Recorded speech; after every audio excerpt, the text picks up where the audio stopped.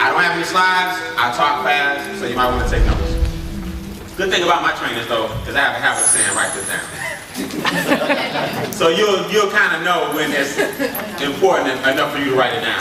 But I'm going to go over some statistics with you guys today. And throughout the stats, or in between the lines, I want you guys to really think about, why are you taking time out this morning to get some extra knowledge? Why are you here in the first place? Why are you investing your money? And I want to take you guys to a larger vision so that you can call on this vision whenever you have to ask yourself, why? Everybody got me on that? Yes, sir. Whenever you find yourself saying, why am I doing this? Today, for the next 35, 40 minutes, I'm going to give you the reason that you all should be doing the business. Can everybody understand that? Yes, sir. Yes. Write this word down. Trust. Trust. In the world that we live in, or this country I should say, we have a serious trust factor in America. Now if you don't believe me, I'm going to prove it to you. But I want you guys to understand that trust is the one thing that we have in America that keeps this whole system of ours called capitalism working. Everybody with me on this? Yes. Now this is important. If you understand that if trust is the one thing that keeps us together, then a lack of trust is the one thing that's going to tear the whole country apart. Now, why am I doing this training? What made me think about it? Well, it's real simple. This past week, the government had to raise the debt ceiling. Now, why do we have to raise the debt ceiling? Well, like I always tell people, in fundamentals, and in sports in particular, I always go back to Vince Lombardi, who is one of the greatest coaches that ever lived. The trophy is named after Vince Lombardi. This is not to offend anybody, but I'm going to break it down in an elementary format just so we can make sure we're on the same sheet of music. A lot of you guys are professionals, a lot of you guys already know what I'm about to talk about, but sometimes you just need to be kind of reminded of why we're in the situation we're in and how to get ourselves out of it. Is that okay with everybody? Okay. Vince Lombardi would start every practice with one basic phrase. You know what it was? This is a football. Now you're talking to grown men, professional athletes who've been playing 15, 16 years, and he would go, this is a football. And you might think to yourself, don't insult my intelligence. We know this is a football. I've been playing for 15, 16 years. Well, I'm going to take a chapter out of his book to get you to understand why in America we're all based on one thing, and that's trust. Let's get back to basic fundamentals. Everybody ready? Okay. This is a poor picture of a dollar. This is money. This is currency. But this is what people miss. It really means absolutely nothing. That's right. The only reason a dollar is valuable is because it's scarce. If everybody had millions, you wouldn't be able to buy anything. What makes the dollar valuable is the fact that it's a commodity. A dollar is simply a form of currency. It's something that we put value in so that we can get other things. That's all it really is. When you boil it down, it's something that we use to trade for goods and what? Services. That's it. It's a real simple concept. Now, here's where America tricked everybody. If everything is based on trust and everything is based on enough of this being able to go around and circulate, how is it that Social Security checks, disability checks, and veteran checks may not go out? Now I want you to think about what I'm saying. For the first time in forever, the government is basically saying the following three sections of our economy may get cut to zero because the funds just aren't what? Available. Now I want y'all to think about that for a second.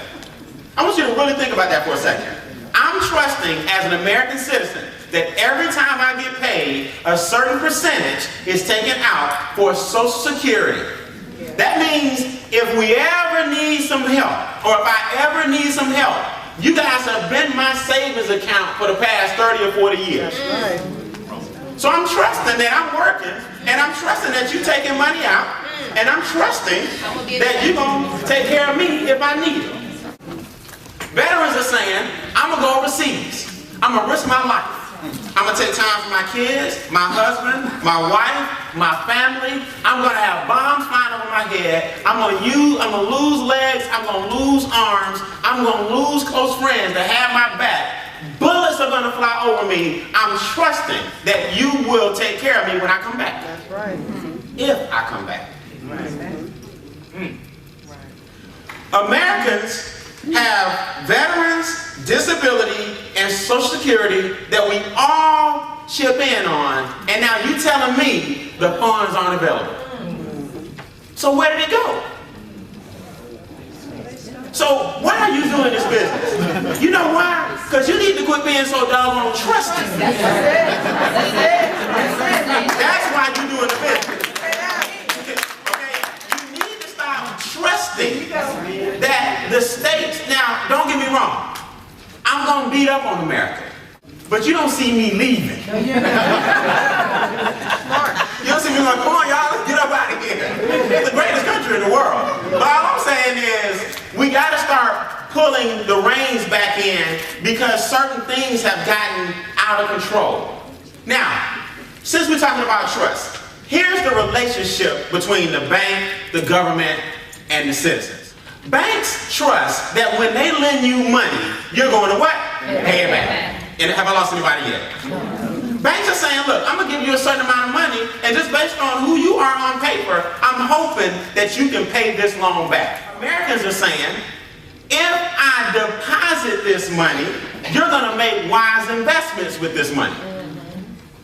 So there's a relationship here between Americans and the banks. Banks are saying, hey, I'm going to lend you a line of credit. I'm going to give you $300,000 based on your current income. And situations, what, all the time? Change. But I'm trusting that for the next 30 years, you'll be able to make this money or pay this money back. Americans are saying, look, I'm going to put some money in a checking account.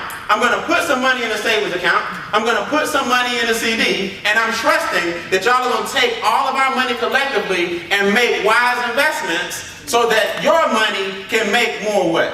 Money. But here's where people mess up. Banks are trusting that all of us will never need our money at the same time. That's right. Exactly.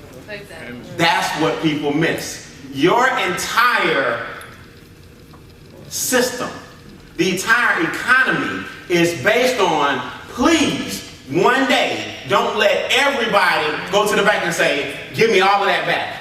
Because it's not really what? It ain't there. When you think about what I'm saying, when you put a stack of money in the bank, it's not really there. Now I know you saw a young lady take it. You walk out with a little receipt. But after that, the money really is not there. It's just a balance sheet saying that you have a certain amount of credit in this facility. So if you know that America is based on credit and lending and trust, you can see why we're in so much trouble right now. In order for people to make more dollars and start living the American dream, you're taught as a child to live the American dream, you must purchase a what? House. You taught that from the very, very beginning. Don't rent when you can buy. Don't do this, don't do that. Well, back in the good old days, you had to have a down payment. You would save up for your house. Hey, baby, we're saving up for a house right now. We're going to have that house in 5 years. You would save up for a house with a down payment, and then you would get something attached to it called a mortgage. That makes sense? Mortgage has the same word in it, M-O-R-T. That stands, same thing is synonymous with mortician. M-O-R-T means debt until you die. That's why people are scared of mortgages. To change that perception, the government and banks and investors came out with this term called subprime what? Lending. Subprime lending. That means, hey, let's make it where everybody, whether you got any of this or not, can get a house. Because if that's the American dream, we need to have more people living the American way. The American dream. Well, Wall Street got real smart over the past 20 years, and they said, you know what? We're going to bundle all these loans together and start selling these loans to investment banks. Investment banks will then make more what? Money. If the investment banks are making a whole lot more money, you know, Goldman Sachs, Bear Stearns, Lehman Brothers, right? Merrill Lynch. If we bundle these mortgages and sell them to the investment banks are the major banks that can afford to do all the extra what? Lending. So more people will start buying more what? Houses. It's a big cycle. More money is in circulation, or what you think is money, but it's really credit. A lot of money is on circulation. The banks are looking great. Stocks are going what? Up. More confidence is in the market. When confidence is in the market, also known as trust, people have a tendency to what? Buy and spend. So the banks also knew that in order for us to get more people to buy homes, we have to lower the standards. We have to lower what it takes for you to get a what? A house. See, it used to be hard. People used to save up for 10 years to get a down payment. Now, or 5 years ago, you just walk in. What's your name? Brian Beane. Social security number 256 blank blank blank blank blank blank blank 21. Here's the keys to a new house. And by the way, here's a line of credit. Go get you some furniture. That's what they were doing. Because they figured the more money they loan, the more stuff will take off. So a house is supposed to come with some equity. Well, now that you have this mortgage and you got a social security number, now you got way more house than you can afford. Big old house.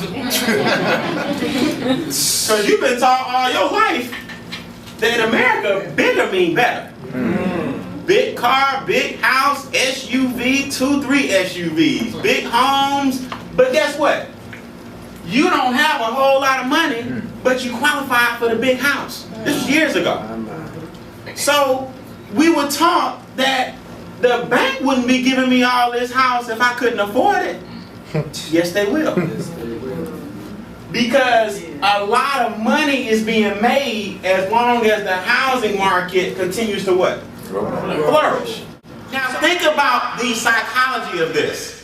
If real estate is up and people are buying homes, do you understand how many jobs are put into place because the American dream is becoming a reality? People who make rooftops, people who sell shingles for rooftops, people who sell the nails for the shingles for the rooftops, people who are landlords who rent to tenants who live under the rooftops, people who make carpet for the homes, people who sell the tools for carpeting for the homes, developers who cut the curves in so you have a lot for your home. Builders who have, or construction workers, now have to drive more equipment to build the homes. Now you got more gas in the equipment because of the homes. If the housing market is booming, trust me, everybody rolling. Realtors on both sides. Buyer, 3%.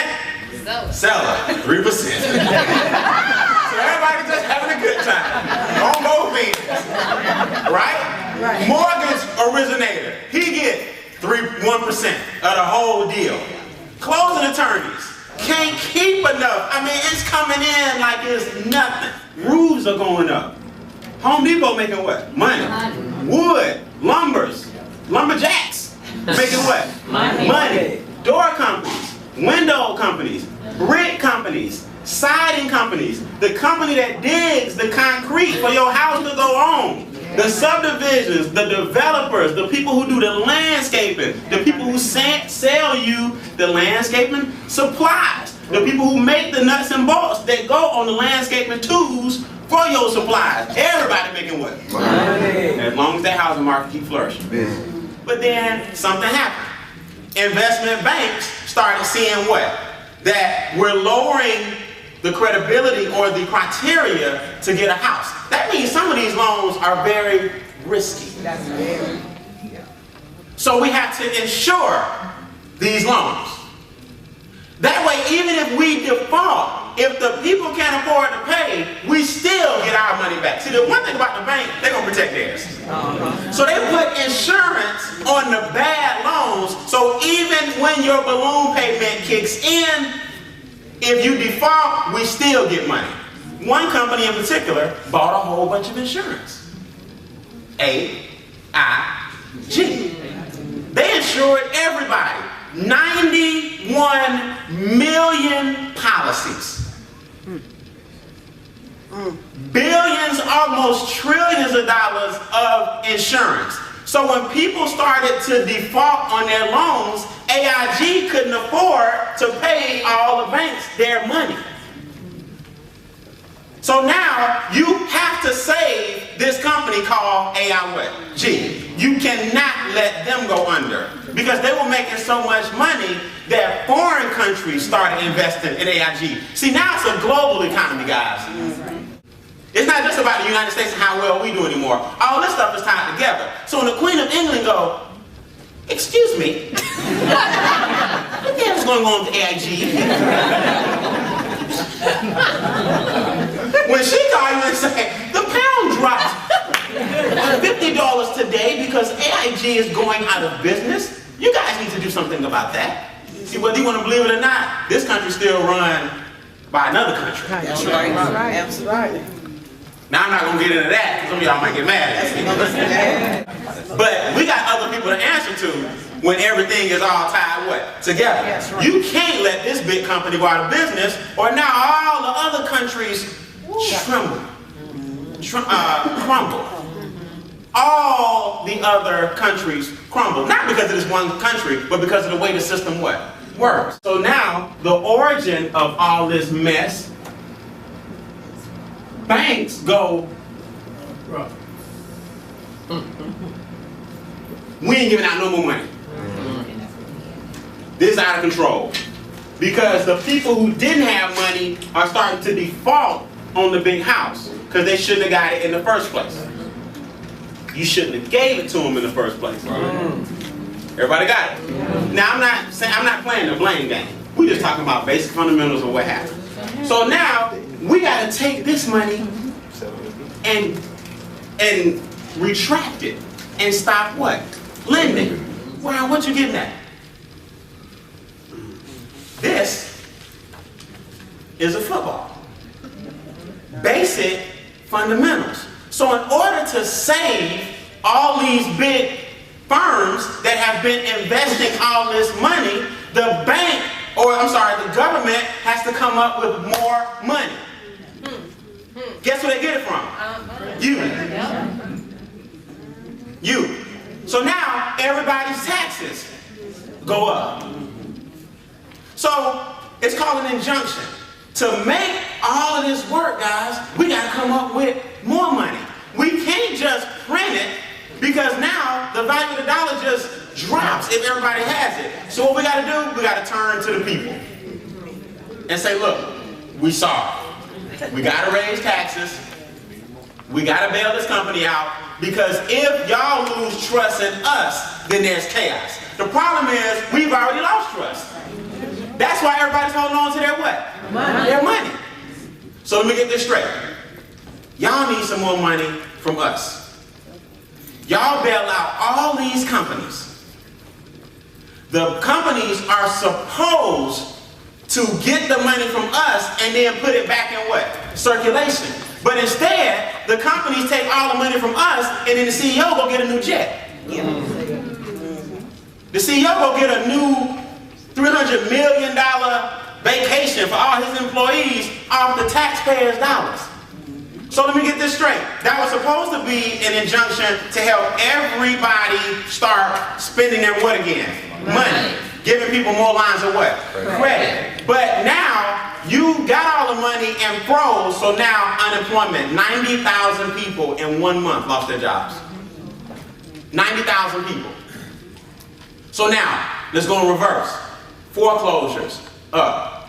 Roofs no longer selling. Nails to the roofs no longer selling. Employment at Home Depot out the way. Carpeting, the people that put the carpet in, no longer necessary. The developers who were putting the curbs in, and the lighting, and the construction, and the equipment, and the gas, no longer necessary. So now unemployment is at an all-time what? High. Because we trusted that credit was the way to build your lifestyle around. That's what America has been teaching you since you were a child. If you can't afford it, it's real simple. Just put the difference on the what? Credit card. And that's what we do. Look, I'm not knocking anybody that does it. I did it. I'm not sitting up here like I don't have a credit card or I've never used a credit card. I'm not up here like I'm some financial advisor or investor. Let me just be clear. I'm just telling you. All I'm saying is, this is a football. We got to get back to basic what? Fundamentals. Most of us, your whole life, since you've been growing up, was built on this concept of borrowing. So you make $30,000 a year, but you borrow and get a car. Now the car may cost you $28,000, but by the time it's over, it costs you $42,000. But it's a nice car. Same thing with the house. You borrow and got a house. House is worth this much. Later on in 30 years, it'll be worth this much, and I'm supposed to be able to pull my what out? My equity. Now, whatever you can afford, furniture, refrigerator, washer, dryer, we just throw in our little what? Credit card. We use the bank's cash flow to subsidize or substitute anything that we flat out just don't what? Don't have. It's been like that 50 years.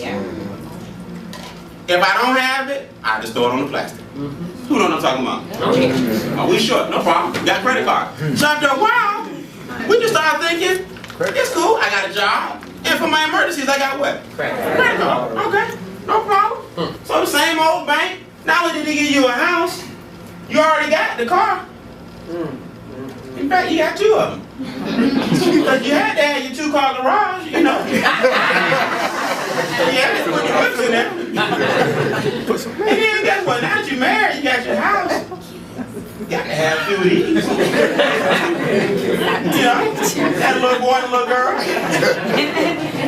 Yeah, your son. So everybody just having a good time. We all got Benzes, we all got BMWs, we got nice Hondas, we got Lexus, but all on fake money. So the big banks go, you know what? We got to cut this out. No more credit cards, no more lending. We draw all the money up. So now, big housing market, gone. Because we can't afford it. Am I right? Right? So now, this is history. Now all the roofers, all the plumbers, all the realtors, all the mortgage people, all the Home Depot, all the lumbers, all the lumberjacks, all the screws, all the screw makers, all the developers, all the concrete people, all the people that make the curbs in the concrete, gone. Now, jobs are down, unemployment is up. You can't get any more credit because they're not lending no more. So now your lifestyle has a reality check. Now, because these companies and these industries that I just mentioned fold, they got to start cutting what? Back and laying people what? Off. When you lay off all those industries, okay, then the summer rolls around, the jobs that the teenagers used to have, now we got it. Now we at Target. So what happens is this. Big bank can't get any more money because they fixed the problem by stop lending money. Now there's no interest on my money. So now Bear Stearns goes out of business. Gone. Companies that have been around 90 years on your watch today are gone. Lehman Brothers, gone. Goldman Sachs, gone. When banks shut down, then have to rely on the government to bail them out. It's not the government, it's us. So now the government has to go to the people. Hey, look, everybody, we need a favor.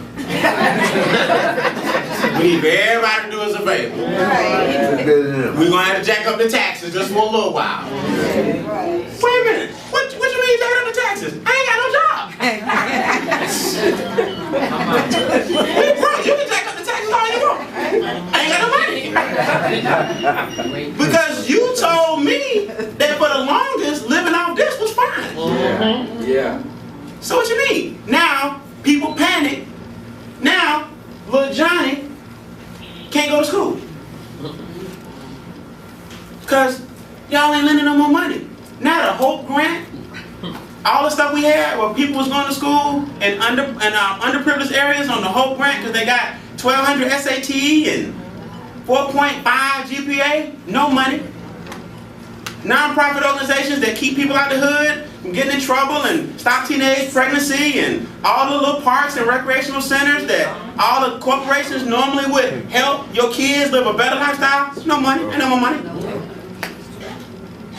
You raise the taxes, then we have to solve it, so what do we propose? I tell you what, let's make the rich pay a little bit higher what? Taxes. Rich people now, who have all the money, say, no. Can't do that now. You can't tax us more, but then the people who got you where you are, you got tax breaks 10 years ago that help you get what you got. So what you mean? Now that it's our turn, we can't have none of that back. I don't know nothing about that. That's y'all problem. Okay. Well, the same rich people were the investors in the banks. Yes. Make it plain. So, let me get this straight. The banks now have to borrow from the government. When we say government, that means us. So when investment banks start going out of business, the public what? Panics. The public then says, I better go get my what? Money. And then the one thing that you did not want to happen, which was everybody going to make a final what? Withdrawal happen. Everybody said, you know what? Our money ain't safe. We can't let Morgan Stanley fold. We can't let Merrill Lynch fold. We cannot let Citicorp fold. We cannot let JP Morgan fold. We cannot let Goldman Sachs fold. We already lost 2. Lehman Brothers and Bear Stearns. If we lose the other 5, this whole economy will crumble. So what do they do? Check this out. $125 billion. The government stroked a check for $125 billion. Of whose money? Our money. See, what y'all don't understand, see, the government got a checkbook just like you got a checkbook. See, you know, sign here, memo, put your little words there, and there's a big box right here. And your date is somewhere up in here. Or your check number, right? Deshaun, we all do this. We all have a budget for our households. Groceries, daycare, healthcare, gas, food, whatever. Cleaning up, car note, house note, entertainment. When our money get tight, what's the first thing we start doing? Start coming back. You go see where you're doing a lot of frivolous what? Spending. Hey, baby. Not tonight. We ain't going out tonight. All the shoes you got, that can't happen every month. That's what we do. We see where we need to pull what? All that food and all that eating out? Eating out. So now all the restaurants closing. Movie theaters closing. The grants and the parks and stuff, the recreational centers, they can't afford to keep, they can't afford to stay afloat, non-profit organizations, because ain't no money being spent. So now the drugs and the elements start taking the neighborhood back over because now everything what? Closing? Okay, because no money's being spent, right? Okay, so the checkbook of the government is real simple. We got certain things in place that they cut with their checkbook. Where's the most money being spent? So they said, okay, we spent $125 billion and the banks still aren't lending, so we got to pull back. Social Security, veterans, disability. We got to cut the 3 biggest things that's costing us the most what? Money. And let me ask you a question. You think that's not going to affect you? Sure. See, people say, well, Brian, I'm not on disability. I'm not a veteran. I'm not on Social Security. Okay, how about your grandparents? How about your aunt, uncle? If your grandmother or somebody on disability or Social Security does not get a check, where do you think they stand? You got an extra bedroom. Now, we all got to start living together. It's chaos, people. So here are the numbers. 15 billion. Yeah. City Corp got 25 billion. Goldman Sachs got 10 billion. J.P. Morgan got 25 billion. Merrill Lynch got 10 billion.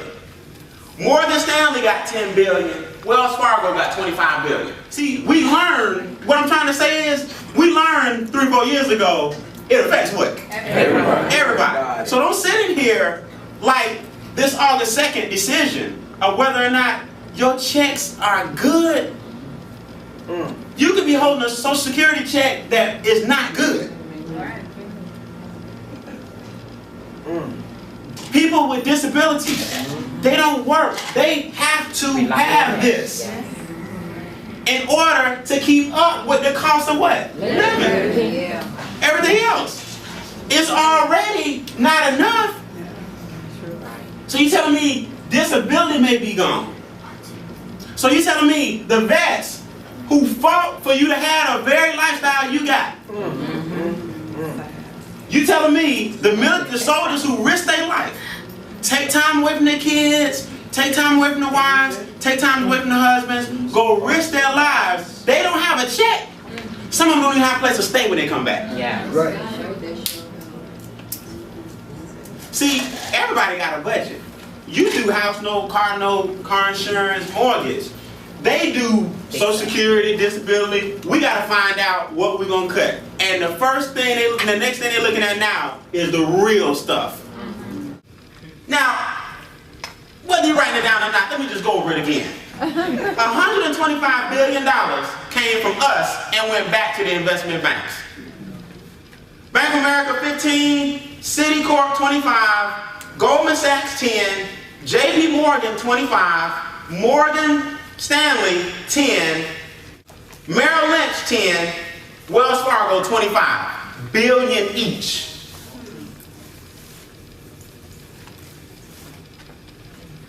And then you know what had to happen? The government had to trust that they would give it back to us. Oh, yeah, right. Now let me just ask you a question.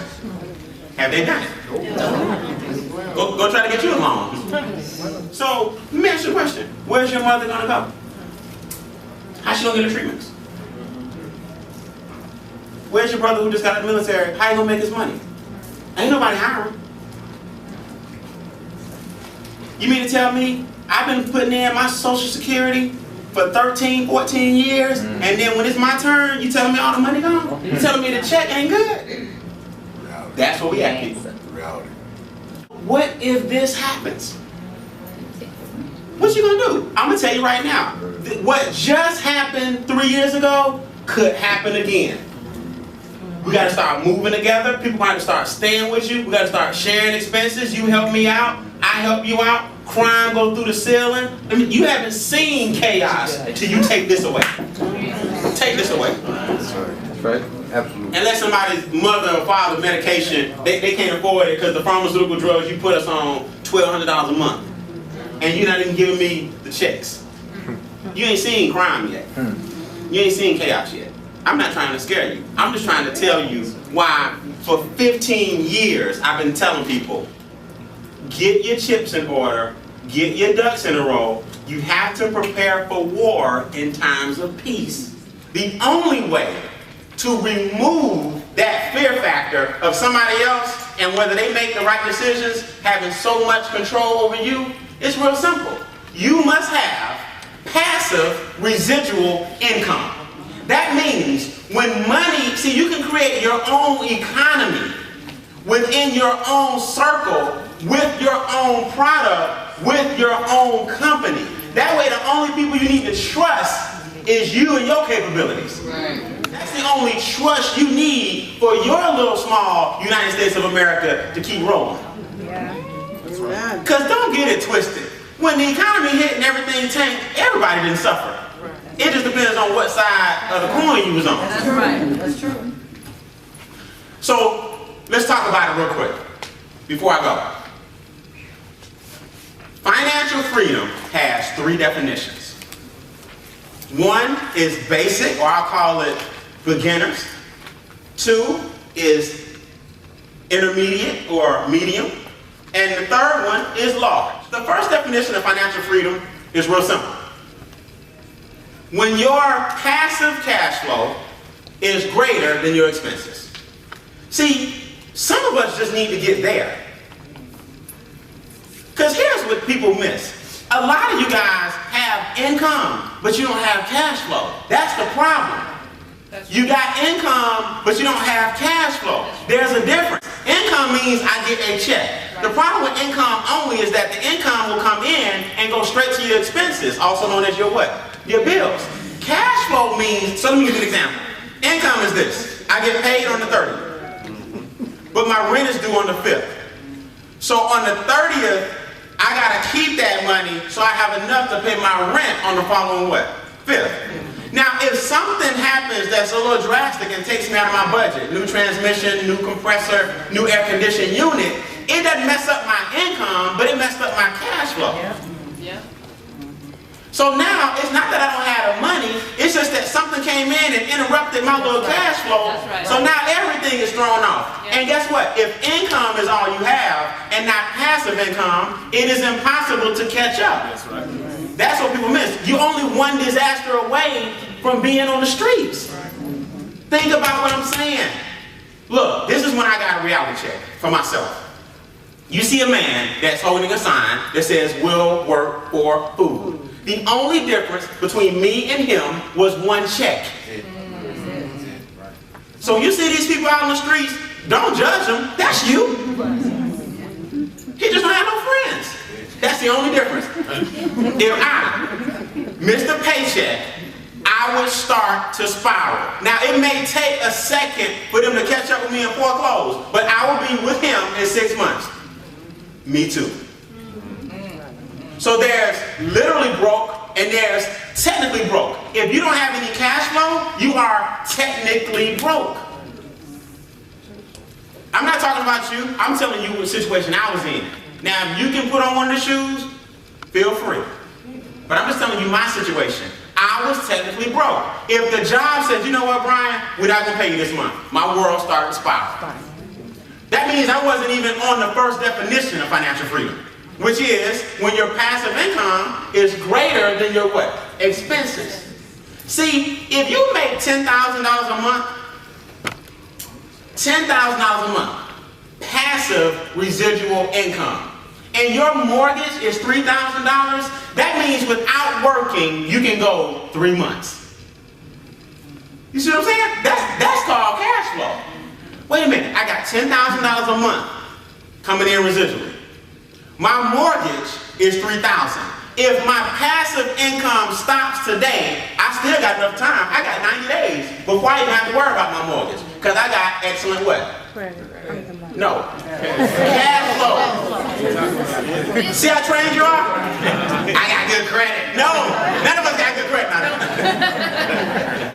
Cash flow. Cash flow. The other C. Not credit, cash flow. Again, I got $10,000 a month coming in passively. My mortgage is only what? $3,000. So if the $10,000 stops, as long as I got that final check, I got enough to last what? 3 months. Here's the problem with most of us. The expenses are $6,000, but the income is $5,000.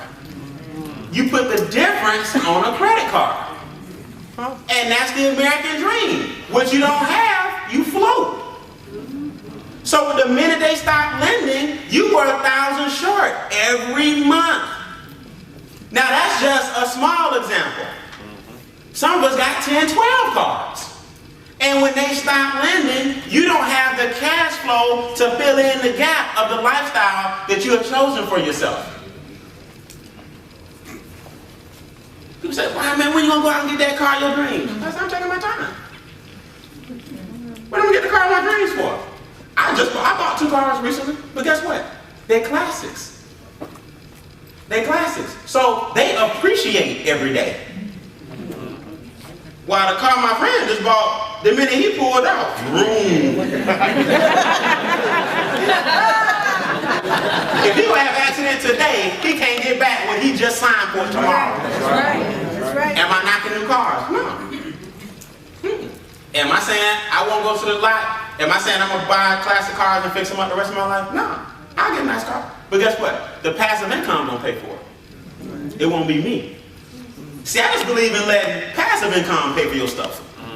Because the first definition is when your passive income is greater than your expenses. So I'm going to go out here and get a $900 car note and take away from a passive income. Do I make it? Absolutely. Can I afford it? Absolutely. But see, my mindset is different. See, now, I wake up and decide which one of these cars I want to drive. Where some people trying to decide which car they need to get rid of. See the difference? My mindset is just different because I'm trying to get to number 2.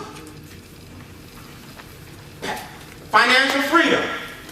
Definition. I'll read it to you verbatim.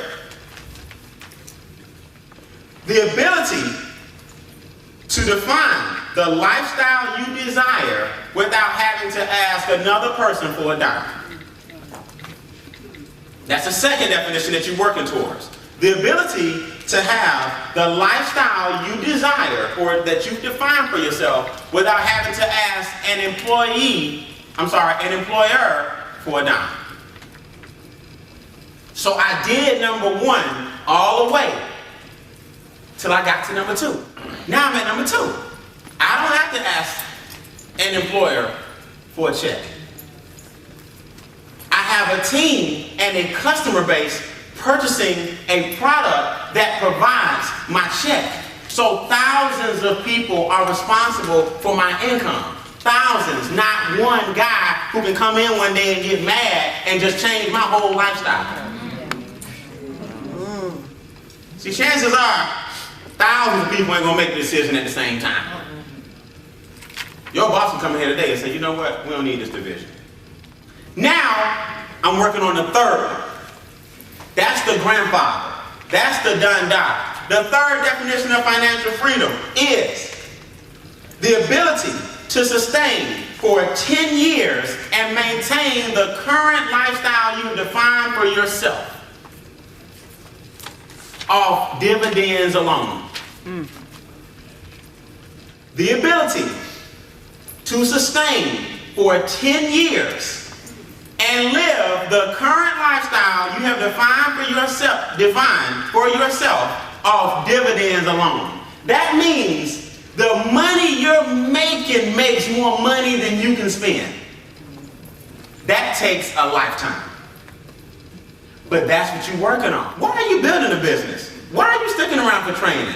Because you're trying to develop a little nest egg of passive income that can explode into other forms of what? Passive income, so that you can have what's called investment income. See, there's passive business income and there's passive investment income. Passive investment income is when all your business income makes you more money than your businesses. Bill Gates lives off his interests. He doesn't go to the bank like we do, and his let's just call it broker sends him a check every month from what the money has made. So he pays his bills off that. People say, Brian, most of us will never be Bill Gates. You're absolutely right. But you don't have to be Bill Gates. All you got to do is develop the Bill Gates philosophy. That means have more income coming in than going out. Simple, basic, fundamental business principle 101. But it's that principle that we have to remember so that we'll continue to work the business. That's why you're doing it. So that what happened over the past 10 years won't affect you as bad. Did everybody get affected? Absolutely. But some worse than what? Others. So when you got a person that's stroking you a check off of what the money you have placed in different areas is making, and then that passive income is what pays the bills, that's what I'm getting to. That's why I'm working the business. So Brian, what you doing with your money? Just holding on, holding on. Right people, Right business, right opportunity, right investments, right time. Until then, you just keep stacking. Keep stacking. Look, I'm not telling you how to spend your money. I'm just giving you the idea as to why you work in the business. So you can have a whole bunch of extra income. So if nothing else, you keep your job, but this business makes you a whole bunch of money that you can put in something else and ultimately live off the returns. Money is a tool. You're not supposed to work for it. It's supposed to work for you. Your money's supposed to be going, look, this is what I made you. This is what I made you. $5 turned into 15 yesterday. 15 turned into 50. And you multiply that by 10,000 times, and you just made $500,000 off the $5. There are a lot of ways to make passive income. Real estate is one excellent way to make passive income. So how did they do it? Well, in the good old days, if you had 10 homes or 3 homes, and the mortgage on the house was $800, but you rented it out for $1,200, then a few people gave you $400 extra in passive what? Income. Your homes made you a ton of extra what? Money. Good cash flow. You mean to tell me my 3 mortgages might be $2,400, but the homes are bringing me in $3,800? That's good extra passive income. So now that extra $1,400 pays my mortgage for my house. My 3 tenants pay my what? My mortgage. Excellent passive income. Let me ask you a question.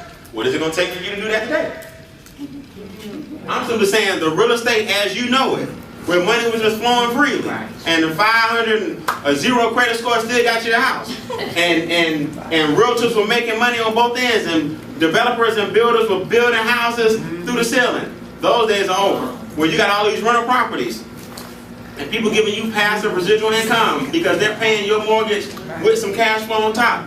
I'm just saying, tough business right now. Because the tenants don't even have jobs. So now what you going to do when 5 of your tenants say, I just lost my job due to the stuff I just went over, now you got 5 mortgages you responsible